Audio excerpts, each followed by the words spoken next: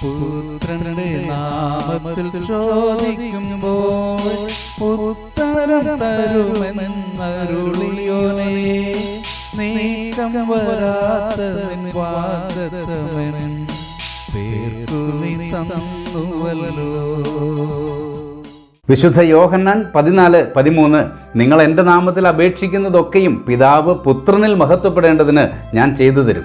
ഗുരുനാഥൻ തങ്ങളിൽ നിന്ന് വേർപിരിഞ്ഞു പോകുന്നു എന്ന വാർത്ത കേട്ട് തകർന്ന ഹൃദയവുമായി നിന്ന പ്രിയ ശിഷ്യർക്കുള്ള ആശ്വാസദൂതാണ് ഈ വാക്യം. ചിലർ ചിന്തിക്കുന്നത് പോലെ ചോദിക്കുന്നത് എല്ലാം നൽകാം എന്നൊരാശയം ഇവിടില്ല. പുത്രന്റെ നാമത്തിൽ എന്ന പ്രയോഗത്തിനാണ് ഇവിടെ പ്രാധാന്യം. അങ്ങനെ യേശുവിൻ്റെ നാമത്തിൽ ഒരു കാര്യം അപേക്ഷിക്കണമെങ്കിൽ കർത്താവുമായി ഹൃദ്യമായ ഒരു ബന്ധമുണ്ടായേ മതിയാകൂ. അപ്പോൾ ക്രിസ്തുവുമായി കൂട്ടായ്മയുടെ ബന്ധം സ്ഥാപിച്ച് ദൈവഹിതപ്രകാരമുള്ള നമ്മുടെ ആവശ്യങ്ങൾ പുത്രന്റെ നാമത്തിൽ അപേക്ഷിച്ചാൽ അത് തിരുസന്നിധിയിൽ സ്വീകരിക്കപ്പെടും എന്നാണ് ഈ വാക്യത്തിൻ്റെ അർത്ഥം. പ്രിയമുള്ളവരെ, ഇങ്ങനെയാകട്ടെ നമ്മുടെ പ്രാർത്ഥനകൾ വരും ദിവസങ്ങളിൽ. പ്രാർത്ഥിക്കാം. സ്വർഗീയ പിതാവേ, അങ്ങയുമായി ഹൃദ്യമായ ബന്ധം പുലർത്തി ജീവിക്കുവാൻ അടിയങ്ങളെ സഹായിക്കണമേ. തിരുഹിതപ്രകാരമുള്ള അടിയങ്ങളുടെ ആവശ്യങ്ങൾ തക്ക സമയത്ത് അവിടുന്ന് നിവർത്തിച്ച് നൽകണമേ. ക്രിസ്തുയേശുവിൻ്റെ പരിശുദ്ധ നാമത്തിൽ തന്നെ. ആമേൻ.